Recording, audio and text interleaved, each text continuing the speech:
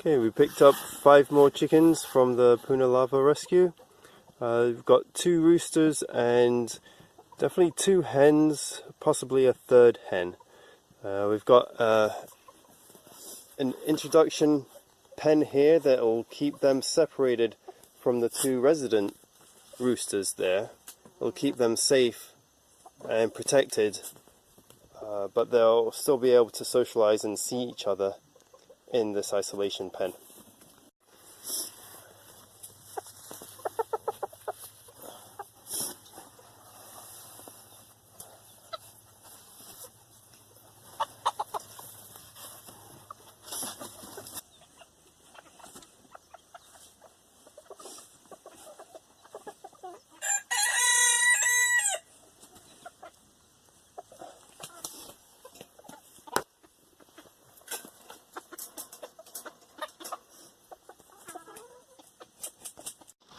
We just put in some roosting boxes for the new chickens. There you go, baby. So they have a place to rest and stay out of the elements this evening.